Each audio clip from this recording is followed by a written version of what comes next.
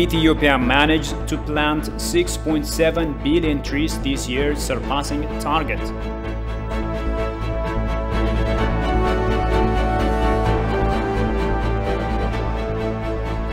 And TPLF fighters get decimated in almost all war fronts.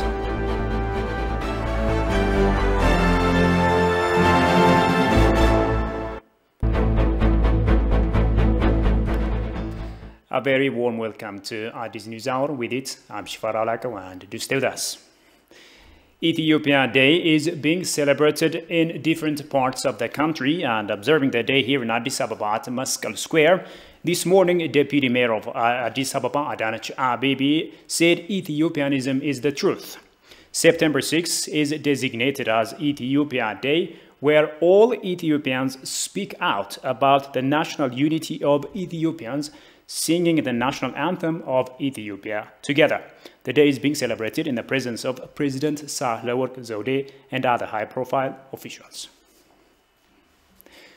Now, moving on, Ethiopia has managed to plant 6.7 billion trees in the just concluded fiscal year, surpassing the plan. Prime Minister Abiy Ahmed has commended what has been achieved so far in a concluding event of the third round Green Legacy Initiative organized in the state of Oromia. And Daniel Kasaun has more on that. Ethiopia has been aggressively engaged in its Green Legacy initiative since the reformist government has taken the steering wheel of the country. So far, Ethiopians from all walks of life have been engaged in the scheme, and in total, over 18 billion planting of various types of trees have been achieved.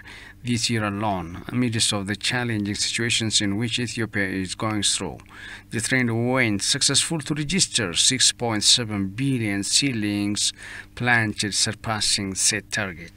ዘንድሮ ይህንን ቦታ የመረጥንበት ዋናው ምክንያት We are here at a special place which was dusty and degraded while the first phase tree plantation scheme began. But now everything is being changing year after year. In this achievement, Ethiopians from all corners of the country have taken part for finalizing a successful Green Legacy season, this year surpassing our set target. Green Legacy is not merely thought, but is a tangible practice which brings change. The accomplishment in this place is a prudent evidence to showcase possibilities that desert can be turned into paradise. The Premier also indicated that success in the Green Legacy initiative can be taken as a benchmark to formulate and act on other development endeavors in which Ethiopia is undertaking.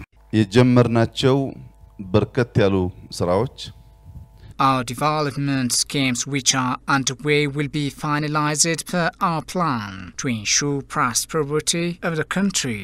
We plan to plant 20 billion seedlings in 4 years, and when we evaluate our track record, we achieved over 18 billion in 3 years. Definitely, we will plant a lot in the coming year to register remarkable figure surpassing the set target. This is a great lesson we can draw from our Green Legacy initiative to step up into other development strides like in agriculture, export, in basic services and other schemes. The major thing is to have right planning and execution strategies along with determination to finish it in time. Most importantly, he indicated Ethiopians need to strengthen their unity and cooperation to effectively tackle the challenges the country is facing at this critical time. በግሪን ሌጋሲ ያረጋገጥነውን ድል ያሳየነው ውጤት We are determined to win the war and to ensure peace and security of the country. We will safeguard the sovereignty and loyalty of the country. Each and every challenge can be taken as an opportunity to learn more and to become stronger for further achievements. Congratulating all Ethiopians for their contribution to Green Legacy initiative, Abiy has called on fellow Ethiopians to strengthen their unity for further achievements in various fields.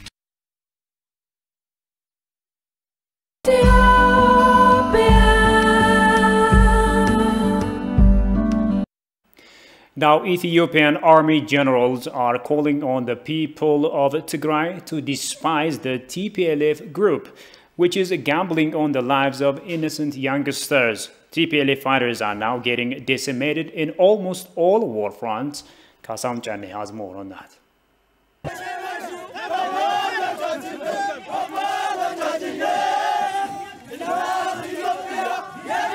The TPLF forces who desperately attempt to penetrate in Maidabri front to take control of Dabark and Dabat have been decimated. According to Ethiopian army leaders, the group conceded heavy defeat in different fronts that left remnants dispersed. The TPLF forces have been punished at Wukan and Jina mountains of Gondar by the Ethiopian National Defense Force, Amhara and Oromo militias, and the youth group Fano. Commanders in the war told the Ethiopian Broadcasting Corporation that the Ethiopian National Defense Force were able to capture lots of weaponry from the group. The terrorist group started war around Jina and Mariamamba. Since we started our operation against the enemy, we have destroyed almost all members of the group. Jina is now fully liberated and those who were lucky to escape are dispersed.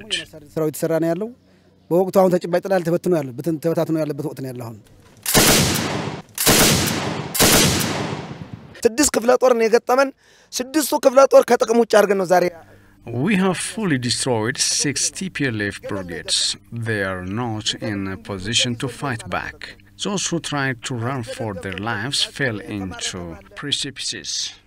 The belligerent group has also conceded defeat in all war fronts and has been fighting against the Ethiopian Defense Force. Ethiopian army generals are now urging the people of Tigray to despise this group, which is gambling on the lives of young Tigrayans.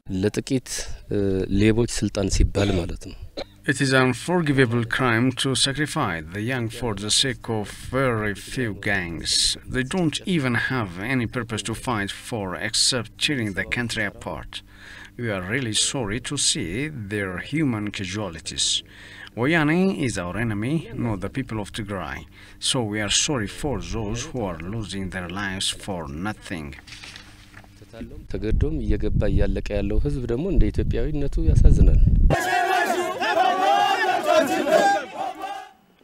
Author and journalist David Steinman urges the international community to offer PM Abiy logistical, intelligence, financial and moral support.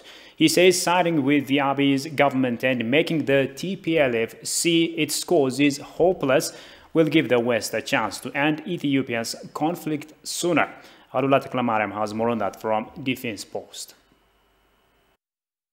Author, journalist and environmentalist David Steinman is an author of Money, Blood and Conscience, a historical novel about the TPLF dictatorship. With his commentary on the Defense Post, Steinman says Western policy that calls for an immediate ceasefire, greater humanitarian access into Tigray, prosecutions of war crimes and talks between Ethiopia's federal government and the TPLF is a failing approach. Even this approach is making things worse. He also criticizes the Western policy for seeing TPLF as a viable negotiating force, which is not accepted by most Ethiopians. Ethiopians are still grieving and are traumatized by the TPLF's homicidal former rule and its ethnic-based destabilization campaign to maintain its corrupt grip on the national economy. Ethiopians fear the TPLF as the genociders, murderers, child torturers, rapists, and terrorists, and justifiably so according to most human rights groups.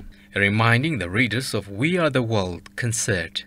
Steinman said the Western powers helped turn the TPLF, which started the conflict with an unprovoked attack on federal military installations, into the monstrosity it is today by contingency and enabling its crimes against humanity for years. Now, when Abiy is struggling to contain this existential threat to his country's security, the West is making his task more difficult by treating the two sides as if they are morally equivalent when they are not. The international community's even-handed response to TPLF aggression against an ally has signaled again to friends and foes worldwide that the West is an unreliable partner and fueled that escalation by encouraging and emboldening the TPLF. The longer the war is thus perpetuated, the greater the attendant human suffering. When the fabricated economic data is stripped away from the TPLF's governance history, it is clear that the TPLF's return to the national government, which is its ultimate aim, would likely lead to even greater deprivation than the current crisis. In light of such concerns and given implausibility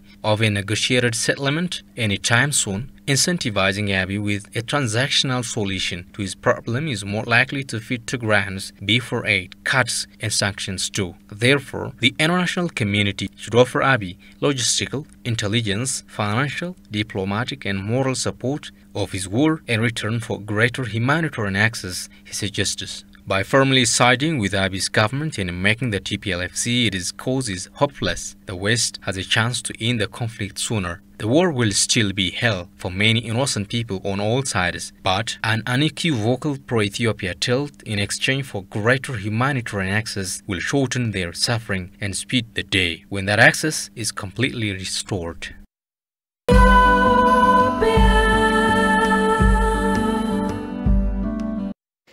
Now, experts, policymakers, and relevant stakeholders in the peacekeeping and security sectors are to converge in Addis Ababa for a workshop on emerging dynamics in peace operations in Africa.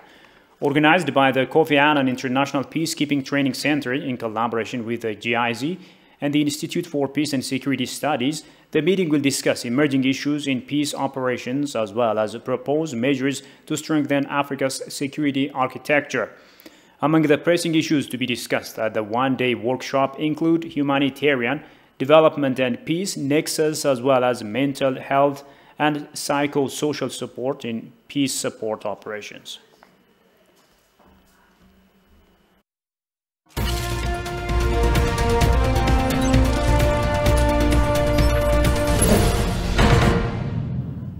Now, in business, Ethiopian Airlines Group has transported 50 million doses of vaccines to more than 28 countries across the globe and became the only African carrier to reach such a milestone, playing a crucial role during this difficult time.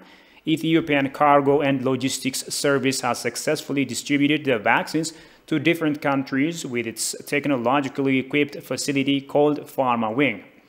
Ethiopian was one of the few airlines that didn't quit operation despite border closures and travel restrictions by countries due to the pandemic. As a result, the airline reunited more than 63,000 stranded citizens of different countries with their families and loved ones. According to the International Air Transport Association's World Air Transport Statistics Report, Ethiopian Airlines has been ranked among the top 25 leading global cargo transporters.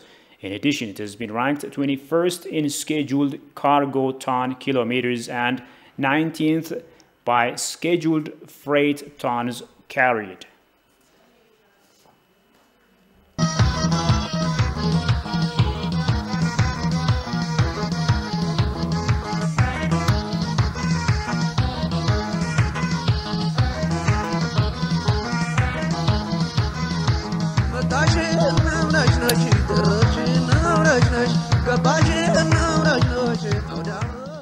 Now, in our continental news, Lake Nakuru has been ranked as one of the globe's most colorful lakes.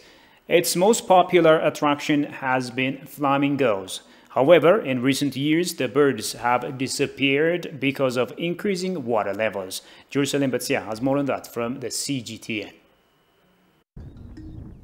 As the early morning chill slowly melts away, the animals at the Lake Nakuru National Park begin to stir and another day begins in the wild. The park, a 2-hour drive from Nairobi, is home to some of the world's most majestic wildlife, but it's best known as a home for one particular type of bird.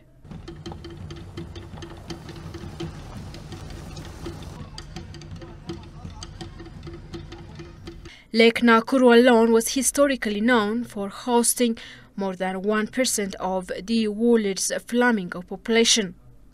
Pictures of thousands of flamingos feeding in or flying over the lake are among the best-known wildlife watchers in the world, but these numbers have fallen greatly in recent years.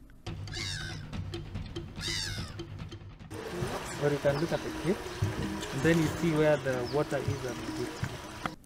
Joseph Edebe is a scientist working for the Kenya Wildlife Service that runs the park. He remembers the years when about 1 million flamingos could be found feeding here. A census found only about 6,000 flamingos at its shores. In the last 10 years, floods have caused water levels in the shallow lake to almost double, upsetting its fragile ecosystem. Today, the park's main gate remains submerged. Because of the increased rainfall, we have the water chemistry changing, it dilutes, and hence there is less food for the flamingos. And the flamingos move away because they follow the food. The flamingos often migrate to other Rift Valley lakes.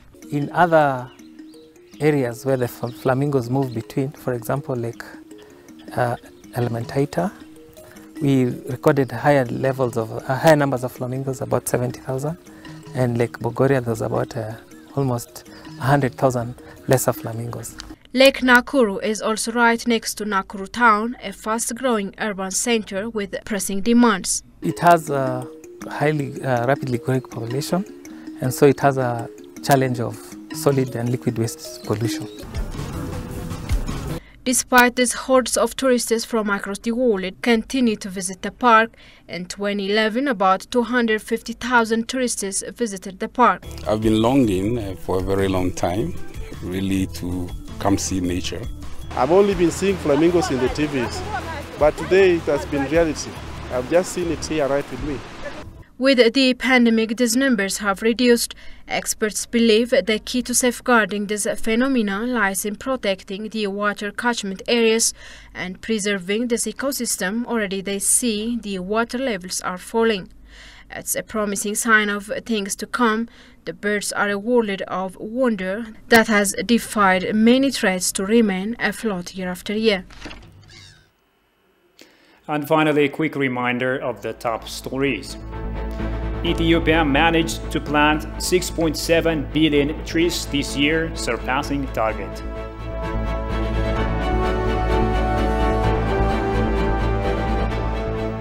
And TPLF fighters get decimated in almost all war fronts.